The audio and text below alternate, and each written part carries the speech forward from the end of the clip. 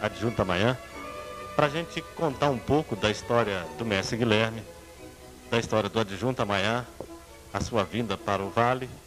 Toda essa história que compõe hoje é o adjunto amanhã, Quataí 108, herdeiro triado Arpásios, sétimo raio adjuração Arcanos, rama 2000. Bom, mestre Guilherme, como toda pergunta, como todo início de conversa, a pergunta mais lógica é o que trouxe o senhor ao Vale?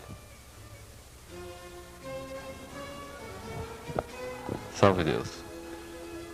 O que me trouxe ao Vale? Em 1965, eu trabalhei com uma pessoa chamada Iberê Sassi. Ele era filho do Mário Sassi e nós fomos a Taguatinga tirar umas fotografias que o Vale do Amanhecer era lá. E ficou na minha máquina registrada as primeiras imagens da nossa querida mentora Tia Neiva. Em 1969, portanto, 4 anos depois, eu a conheci. Conheci de uma forma diferente. Eu vim jogar futebol com o filho dela e aqui era uma chácara e o Beto falava, vamos ver a minha mãe? E eu não queria vê-la porque eu só queria jogar futebol. Mas em dado momento nós fomos ver a tia e eu a admirei porque ela estava deitada, doente, e eu disse para o Beto, Beto, pelo amor de Deus, vamos levar sua mãe para o hospital, porque ela está passando mal. Não, minha mãe é assim mesmo, ele respondeu. E ela virou com aqueles olhos marcantes para mim e disse, meu filho, você é da tribo, você é um cigano, você é um doutrinador. E aquilo me comoveu e ficou na minha ideia o que aquelas palavras que aquela mulher de tão expressivo olhar me disse. Fui-me embora, trabalhava no Hospital de Sobradinho. Muito tempo depois ela mandou me chamar, que queria falar comigo. Mandou o Lázaro. E o Lázaro disse, olha, tia, quero te ver. E eu vim aqui e perguntei, o que a senhora quer? Meu filho, quero que você seja um doutrinador. Eu relutei porque eu pensei que todo o trabalho espiritual fosse mais ou menos parecido com um trabalho de macumba, que eu já havia me envolvido e não me dei muito bem. E eu disse para ela que eu não gostaria de trabalhar espiritualmente. E ela disse que esse espiritismo aqui era diferente do que eu havia conhecido. E nós começamos a jogar bola, e eu admirando o trabalho dela, até que coloquei meu uniforme em 1969. Daí então, eu admirando o trabalho dela, eu comecei a fotografá-la. E ela, de uma maneira muito singela, ela posava para mim com muito amor. E que vocês irão ver depois as fotografias, inclusive no templo tem algumas fotos dela. Ela gostava porque eu fazia umas fotografias em que todo o meu conhecimento eu aplicava e ela ficava muito bem, a expressão dela. Aquela fotografia que tem dentro do templo, só para vocês terem uma ideia, ela estava olhando para o sol, estava me ensinando a olhar dentro do sol e me dizia, meu filho, você vê alguma coisa? Eu olhava para o sol, não via nada. Ela disse, Capela está ali. E depois de muito tempo que eu fitando o sol, eu vi Capela. Ele fica na frente do sol. É difícil ver, porque a gente tem que se mediunizar. Eu acho que eu até alonguei, mas acho que respondi assim minha pergunta. Salve Deus. O senhor nos falou a respeito de que ela estava ensinando o senhor a ver Capela pelo sol. A gente tem conhecimento de uma fotografia aonde foi um grupo para avistar a Macê, o disco voador. E gostaria que o senhor contasse para a gente como é que foi essa experiência.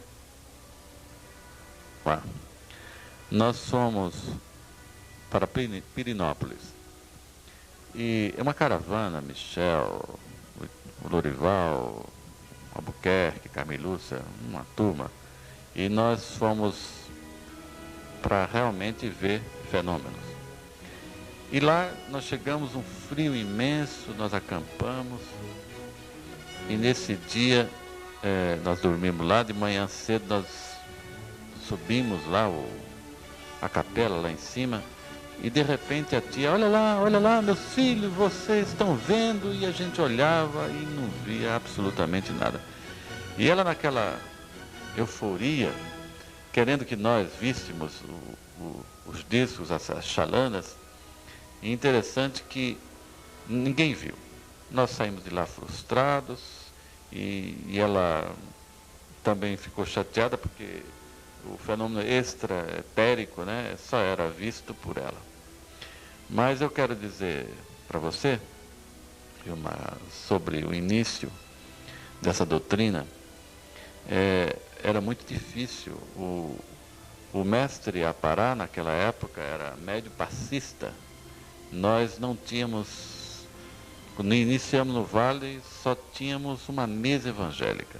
E a tia atendia numa casa de mensagem, o cantinho do Tiãozinho, que eu tenho até essa fotografia. Depois essa mesa era uma mesa retangular, ela foi passada para debaixo dos eucaliptos, num outro templo que foi construído, e daí então as pessoas olhavam. Até então as pessoas não olhavam esse trabalho de passagem sofredor. Nós aumentamos esse templo, fizemos um templo circular, é uma história muito longa. E esse primeiro templo circular, nós fizemos a primeira mesa triangular. Essa mesa triangular, nós tínhamos a leitura do Evangelho e a passagem de irmãos sofredores.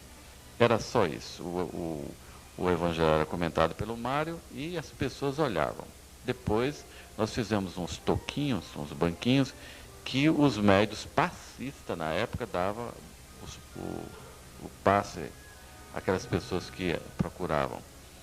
Nesse dia, eu me lembro que nós cimentamos esse templo, era um templo redondo, foi em 31 de abril de 1971. Nós inauguramos e depois de algum tempo ela me chamou, assim perto da pira, e disse, meu filho, espera um pouco aqui que tem uma entidade que quer falar com você. Aí ela incorporou o Dr. Ralph, botou a mão no meu ombro e disse assim, a partir de hoje, 1971, meados de maio de 71, a partir de hoje, meu filho, eu vou colocar uma luneta, você vai ver o câncer e você vai curar o câncer e vai ter o remédio do câncer. E eu vou trabalhar e pode chamar o primeiro paciente. E eu fiquei estarrecido, não sabia exatamente como fazia. Ele ficou em pé, ele incorporava em pé e chamamos o primeiro paciente. E esse paciente foi atendido, de repente um outro, e assim, quando terminou, nós atendemos aí uns 5 ou 6 pacientes com a tia incorporada. Nós fizemos um outro templo junto a esse, parecendo um 8, 2 redondos, e nesse templo redondo nós começamos a cura. Foi quando a tia me entregou a cura, desde essa época, para tomar conta. Nisso teve a iniciação, teve a entrega do diploma do doutrinador, e interessante que uma das curas que nós estávamos lá tomando conta, numa das macas, eu comecei, junto com a Mariana, comecei a observar, as paredes eram de pedras, e eu comecei a observar que saíam uns bichinhos na parede, eu ficava olhando aquilo lá, e de repente me assombrei, e vi realmente sair dentro da barriga de uma pessoa umas coisas estranhas. E corri lá para a tia, ela estava na casa grande, e disse: tia, o que é isso aqui que eu estou vendo? Aí de repente o Dr. Ralph incorporou e disse as seguintes palavras para mim: eu te disse que ia te colocar uma luneta para que você visse o câncer e que você curasse o câncer. Então é isso. São os elítrios que vocês estão vendo. Mas você não vai ver mais. É só para você sentir que a nossa cura é uma cura evangélica, mas que os elítrios saem. Então, nós, nesse Vale do Amanhecer, já arrancamos muito toco para muita gente passar. Vocês não imaginam a dificuldade naquela época, de um médium de incorporação, quando ele incorporava um sofredor, a dificuldade desse sofredor se elevar. Nós tínhamos muita gente que tinha dificuldades para pessoas com desequilíbrios e se jogar debaixo da mesa. Era uma dificuldade imensa, mas agora vocês precisam ver como era antes para dar valor ao que nós temos aqui. Graças a Deus, num toque de mágica, nós fazemos um grande trabalho. Muita gente reclama, Gilmar.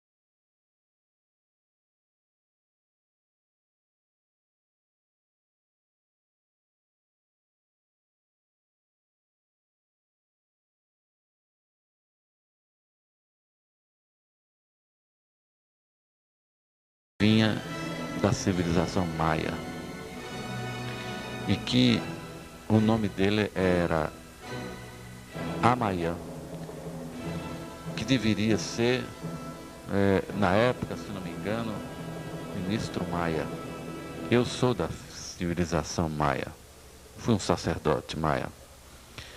E ela me deu, o Barros me trouxe o nomezinho, eu achei interessante, né, porque é um nome incomum, Amayã, ministro Amayã. E então a tia mandou pintar esse ministro, foi quando eu vi o tanto que ele é manso, o tanto como ele é bonito, o tanto que a força dele me trouxe. Comecei a formar meu povo e de repente já estava com esse povo formado. A tia me disse: meu filho, graças a Deus, seu povo está completo. Ele disse, olha tia, eu quero saber se está tudo completo. Está força decrescente, meu filho, graças a Deus. E outros, nós fomos andando, outros mestres que a tia chamou para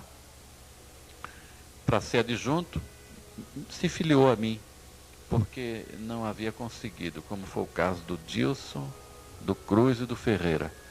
Eles escolheram e esse povo está junto comigo.